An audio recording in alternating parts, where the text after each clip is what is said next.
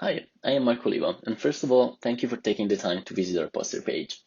Here, I'm going to present TELSeq, our experimental pipeline for detection and contextualization of antimicrobial resistant genes.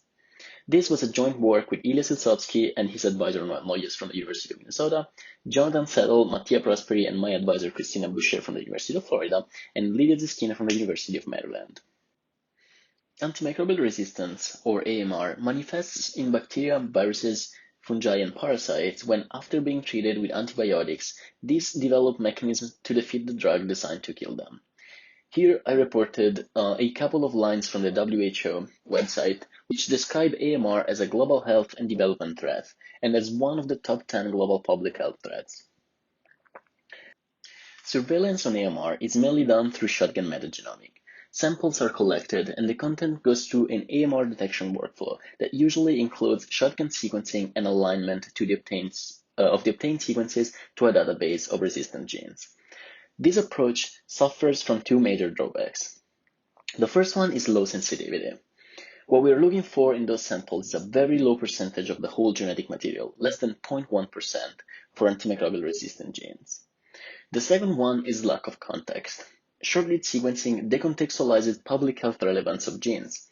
Given the length of the fragment that the sequencer will output, there is no way for us to know without assembly, which is a non-trivial problem when we have a possibly very high number of different genomes, what surrounds antimicrobial resistant genes. What we would end up missing could be helpful to understand how an organism can develop and pass AMR to others. Ideally, what we want is to be able to individuate the high-priority ARGs and colocalize it with the genes that surround them. Here I reported a possible example of an annotated read, where we have an ARG, an MGE, and another gene that we will call cargo gene that can possibly be involved with antibiotic resistance. To overcome this current limitation of metagenomics, we present a method for comprehensive and accurate reconstruction of antimicrobial resistant genes, and MGs from metagenomic DNA, termed target-enriched long-read sequencing, or in short, TELSeq. TELSeq makes use of long-read sequences paired with cDNA biotinylated probes designed to capture fragments of DNA corresponding to ARGs. For the sake of brevity here, I'm going to leave the step-by-step explanation of the pipeline to the in-person presentation and focus more on the results. In order to evaluate TELSeq, we used 5 different samples. The first one was a fecal sample collected through the Fecal Microbiota Transplant Project from an healthy donor, or in short, FMT. A sample was also collected from a Holstein Friesian dairy cow with recent exposure to antibiotic. And we named this, we will use the name ABX with a plus in front of it for this sample. From the same herd, we also collected a sample from a cow deemed systematically healthy. We also have a soil sample from a strip of unutilized prairie in Minnesota.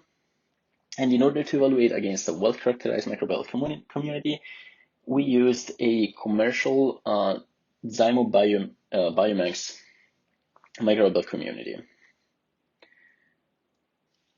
In this plot, we report the log relative abundance of on-target sequences for each dataset.